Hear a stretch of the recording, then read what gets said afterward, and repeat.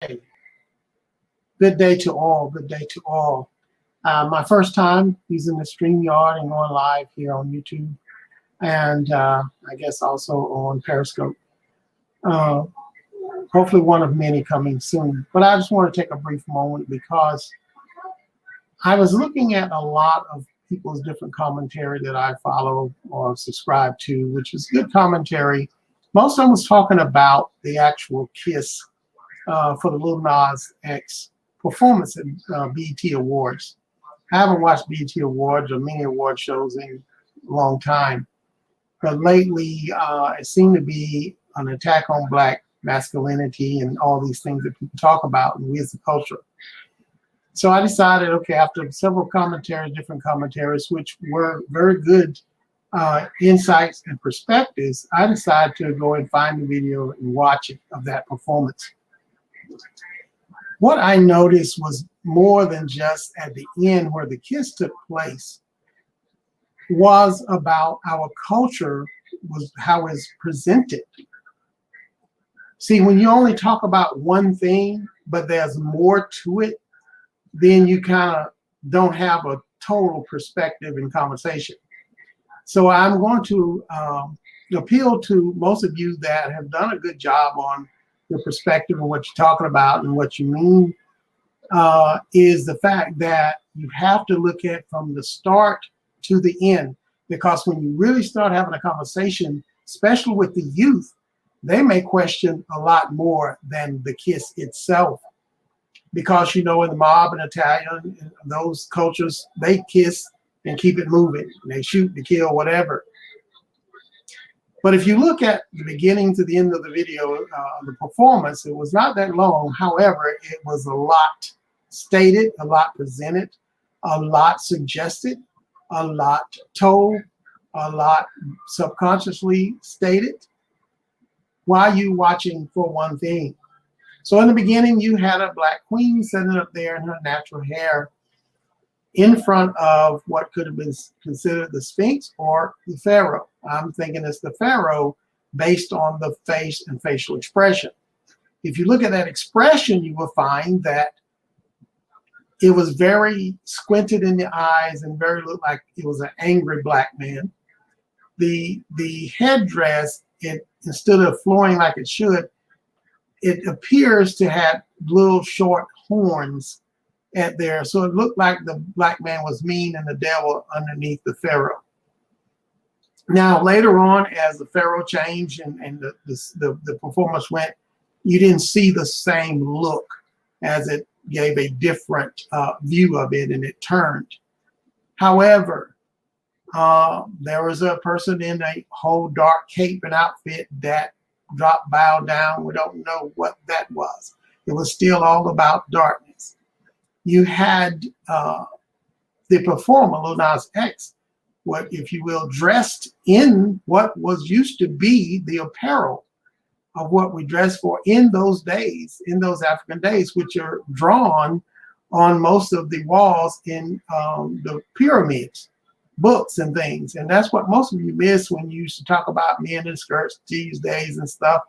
Well, most of it looked like a skirt back then.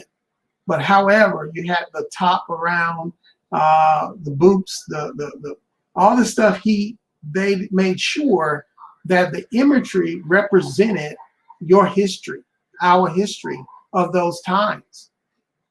Long before religion, long before those things, a lot of things was copied from that, and a lot of things are still on the wall today that he was dressed in. You had the cobra, which is the cobra stands up straight, look a man in his eyes. That's why it was represented, because it was very high conscience. And so he was wearing that on his headdress.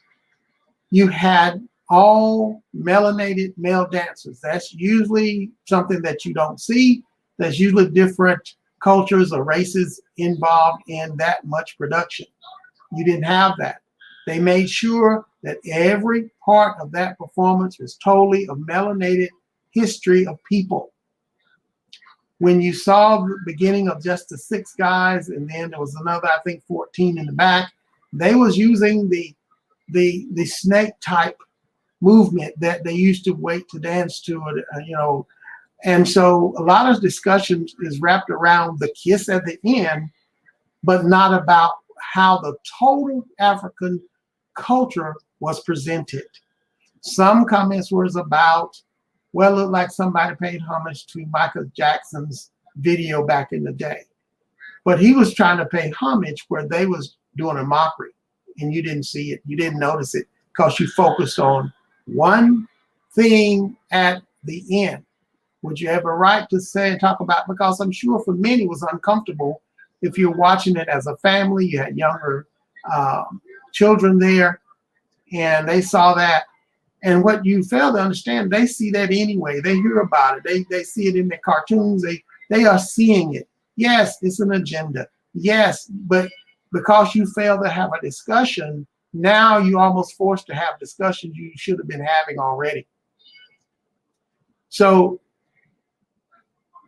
you have to go back and revisit the performance and say, let me go back to everything before that kiss, beyond that. And then you will find that that discussion is deeper than and more entailed than it should be about just a kiss. So that's what I'm appealing to all of you that have great commentary. But as a culture of people, sometimes we get into the emotional of something and we harp on the one thing, when underneath it all, they're slowly capturing everything else. It's like they're taking things out slowly, they're adding things in. So what they were saying to you is, it started with the Black woman, like you say, this is your history, but this is who you really are. And this is who you're going to end up being represented as the Black male, but of same sex. That's what they're telling your people and yourself. So you got to go beyond just the kiss itself. Look how it started, what was presented, the outfits, everything involved. It represented our history. And it's saying that this is how it's going to change and how it should be represented. That's the conversation you need to be really addressing, because that's what you're going to have to dissect, not just the kiss itself. All right, I'll be looking and paying attention to most of you again, because a lot of you, like I said, do great work. I just want to add that in there. It's more than the kiss. Know that. All right, until next time, enjoy your day. And I always say it's always a great day.